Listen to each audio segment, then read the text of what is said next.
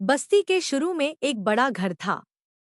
वह एक बिजनेसमैन का घर था। उस घर का मालिक बहुत अमीर था, लेकिन उसकी नीयत खराब थी। वह दिल का बहुत बुरा था। राजा और खिज को उसके बारे में कुछ मालूम नहीं था। खिजराव राजा को लेकर उस अमीर घर के दरवाजे पर पहुंचा और अमीर आदमी से भोजन मांगा। अमीर आदमी ने गुस्से और घमंड से कहा, भागो यहाँ से, मेरे घर से दूर रहो। अमीर आदमी ने खिजराव और राजा को अपने घर से भगा दिया, बल्कि बस्ती में कुछ दूर तक उनका पीछा भी करता रहा। राजा को यह सब बहुत बुरा लगा, लेकिन राजा ने कुछ नहीं कहा, खामोश रहा। दोनों दिन भर बस्ती में रहा। बस्ती से शाम को जब वे उसी रास्ते से लौट रहे थे, तभी तेज बारिश होने लगी। बारिश से उस अमीर आदमी के घर की दीवार कमजोर होकर गिरने लगी।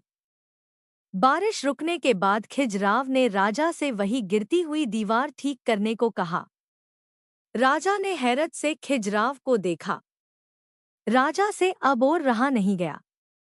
उसने कहा, जिसने हमें खाना नहीं दिया और भगा दिया, तुम उसकी मदद करने को कह रहे हो? खिजराव बोला, मैंने अपने साथ सफर पर चलने से पहले कुछ शर्तें रखी थी। उसमें से एक शर्त यह थी कि मैं जो कुछ भी करूंगा तुम सवाल नहीं पूछोगे। तुम बार बार सवाल पूछकर मुझे परेशान कर रहे हो। अब मैं तुम्हें अपने साथ सफर में आगे नहीं ले जा सकूंगा। राजा को अपनी गलती का एहसास हो गया। राजा माफी मांगी और विनती की, कृपया मुझे एक आखिरी मौका और दे। अब मैं बिल्कुल सवाल नहीं करूंगा। अगर करूं तो मुझे छोड़ देना। खिज ने राजा की बात मान ली।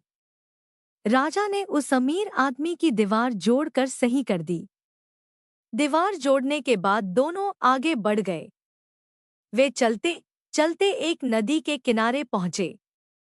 वहां एक नाविक एक नई नाव लेकर यात्रियों को नदी पार करा रहा था। खिजराव और राजा उस नाव में बैठ गए। नदी के बीच में पहुंचकर खिजराव ने चुपके से नाव की तख्ती में एक छोटा सा छेद कर दिया। राजा ने खिजराव को नाव में छेद करते हुए देख लिया। नाविक को इस बारे में पता नहीं था। राजा डर गया, लेकिन उस वक्त खामोश रहा। पूरी कहानी देखने के लिए मूवी स्टोरीज चैनल की विजिट करें। पूरी कहानी चैनल पर उपलब्ध है।